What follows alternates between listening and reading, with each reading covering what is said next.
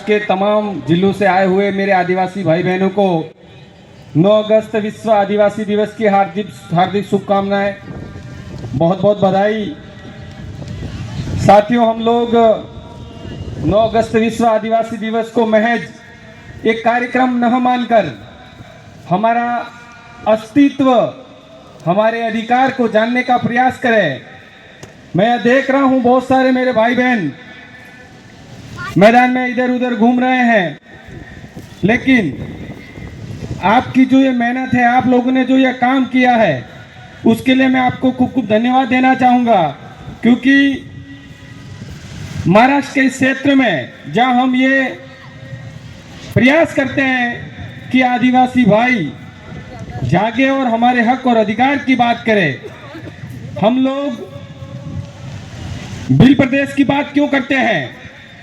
क्योंकि आज तक हमें हमारे संवैधानिक हक और अधिकारों की बात किसने नहीं करी। आज से वर्षों पहले वीर राघोजी भांगरे, जिन्होंने हमारे हक और अधिकार की बात की इसी महाराष्ट्र की धरती से, उन्होंने ये प्रयास किया कि हमारे आदिवासी अस्तित्व का, आदिवासी अस्मिता को जिंदा रखे, हमारा शासन हमारे लोगों द्वारा किया जाए। साथियों, वर्षों पहले हमारे पूर्वज हमारी स्वायत्त शासन के लिए लड़ सकते हैं, तो हम लोग अलग भील प्रदेश के लिए क्यों नहीं लड़ सकते? लेकिन आप और हम सब देख रहे हैं कि पिछले कुछ समय से हमारे आदिवासी भाई विभिन्न पार्टियों में बट गए। उससे पहले इस सरकारों ने हमको अलग अलग राज्यों में बांट दिया, और विशेषकर भीलू को तो 4 राज्यों में बांटकर हमारी शक्ति को तोड़ दिया गया है। हम राजस्थान के दक्षिणी हिस्से से आते हैं, आज का भील प्रदेश जिसे हम कहते हैं, और विगत वर्षों में इस भील प्रदेश को हम लेके रहेंगे, ये मैं आपको कहकर जाना चाहूंगा। साथियों, देश की सरकार ये कहती है कि इस देश में कोई आदिवासी विशेष समुदाय नहीं है, यहाँ रहने वाले सभी जनजाति आदिवासी हैं, यहाँ के सभी नागरिक आदिवासी हैं। लेकिन हमें संवैधानिक दायरों में जनजाति का दर्जा दिया गया है। पिछली बार आपने देखा होगा डूंगरपुर बांस समुदाय है, वो ही मूल रूप से आदिवासी है और इस देश का मालिक है। हम लोगों को इन्होंने बिखेर के रख दिया है 4 राज्यों में। हम पूरे देश में आदिवासी हैं, लेकिन हमारी जो मूल शक्ति है, जिनको ये डर है कि कल को ये एकत्रित हो गए तो ये हमारे अपने अधिकारों को मांगेंगे। मैं आज इस मंच से ये कहना चाहूंगा, मेरे जो भाई बहन और माता बहनें आई हुई हैं, आप लोग अपने हक और अधिकार के लिए लड़िए। हम लोग आज ये कह रहे हैं हमको भील प्रदेश चाहिए। अगर आपने नहीं सुना तो कल हम पूरा देश मांगेंगे, और ये देश हमारा है, ये मैं कहना चाहूंगा। क्योंकि आज तो हम अलग भील प्रदेश मांग रहे हैं, आप लोगों ने हमको हमारे संवैधानिक हक और अधिकारों से वंचित किया है, लेकिन ये देश आदिवासियों का है, और बहुत जल्द हम इस देश पर कब्जा करेंगे और इस देश का शासन आदिवासी चलाएगा, ये मैं आपको कहना चाहूंगा। एक बार पुनः आप सब भाइयों और बहनों को आदिवासी विश्व आदिवासी दिवस की बहुत बहुत हार्दिक बधाइयाँ, शुभकामनाएं। साथ ही स्थानीय भील क्रांति सेना के मेरे तमाम भाई जिन्होंने हमको यहाँ बुलाया, आदर सत्कार किया, आपका जो आदर सत्कार देखा उसके लिए हमको बहुत बहुत धन्यवाद। और एक बार पुनः आप सबको हार्दिक बधाई, शुभकामनाएं। जोहार, जय आदिवासी, जय भील प्रदेश।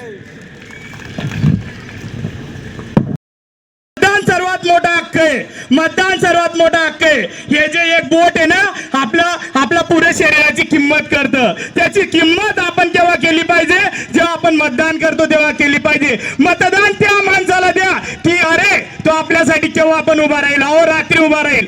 जर समाजामध्ये एखाद्या माणसाचा जर समजा ऍक्सिडेंट झाला, त्याला जर अँब्युलन्स मिळत नसेल, एखाद्या स्त्रीला जर समजा तिची डिलिव्हरीची अवस्था असेल, त्यावेळेस त्याला गाडी भेटत नसेल, तर आपलं मतदान काय कामाचं बांधवांनो.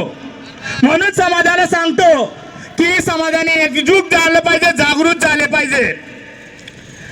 त्या समाजाचा जर समजा एखाद्या माणसाला तिथे त्याला मदत भेटली नाही, तर तो त्या तिथला आमदार, खासदार, नगरसेवक, सरपंच तो काय कामाचा असेल, एखाद्या खेड्यावरून तो मनुष्य येतं, त्याला समाजामध्ये तो या ठिकाणी जळगाव मधला एखाद्या समाजाचा माणूस मदत करतो, तेव्हा त्याला दवाखाना मिळेल. तर अशी गोष्ट काय कामाची, अरे आपलं मतदान काय कामाचा, आपला हक्क काय कामाचा.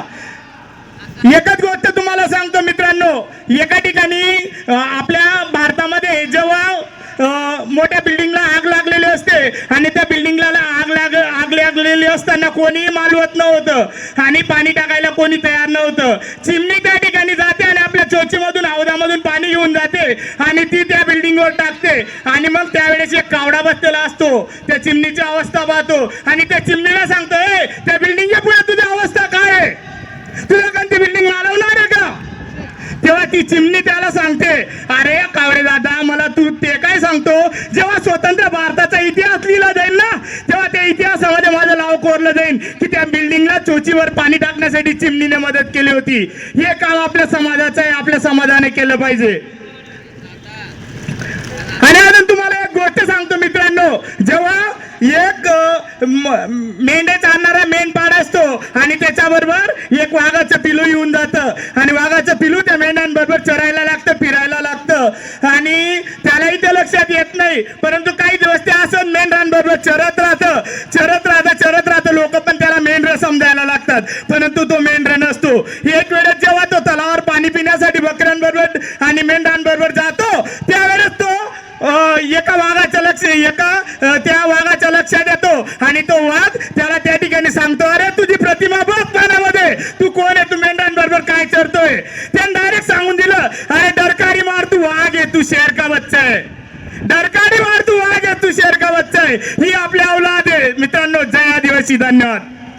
आणि तुमच्या समोर एक गीत सादर करतो. सकाळपासून फक्त एक आपण गीत सादर करत होतो, ते गीत मी तुमच्या समोर साजरा करतो मित्रांनो.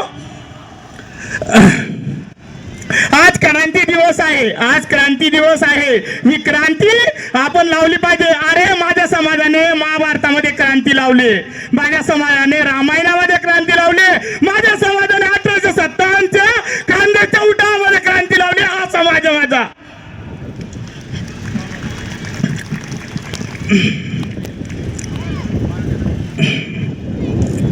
नई डगर नया सफर कदम मिला के चल, नई डगर नया सफर कदम मिला के चल, नौजवान देश के मुस्कुराते चल, नौजवान देश के मुस्कुराते चल. पर्वतों को लांघते शेर से दहाड़ते, पर्वतों को लांघते शेर से दहाड़ते, बढ़ चले हैं काफिले मुश्किलें पछाड़ते, हर कदम नई उमंग तो उठाते चल, हर कदम नई उमंग तो उठाते चल, नौजवान देश के मुस्कुराते चल. हाथ हाथ में लिए, हाथ हाथ में लिए, साथ साथ चल दिए, देश के लिए जिए, देश के लिए मरे, देश के लिए जिए, देश के लिए मरे. एकता का गीत आज गुनगुनाते चल, एकता का गीत आज गुनगुनाते चल, नौजवान देश के मुस्कुराते चल.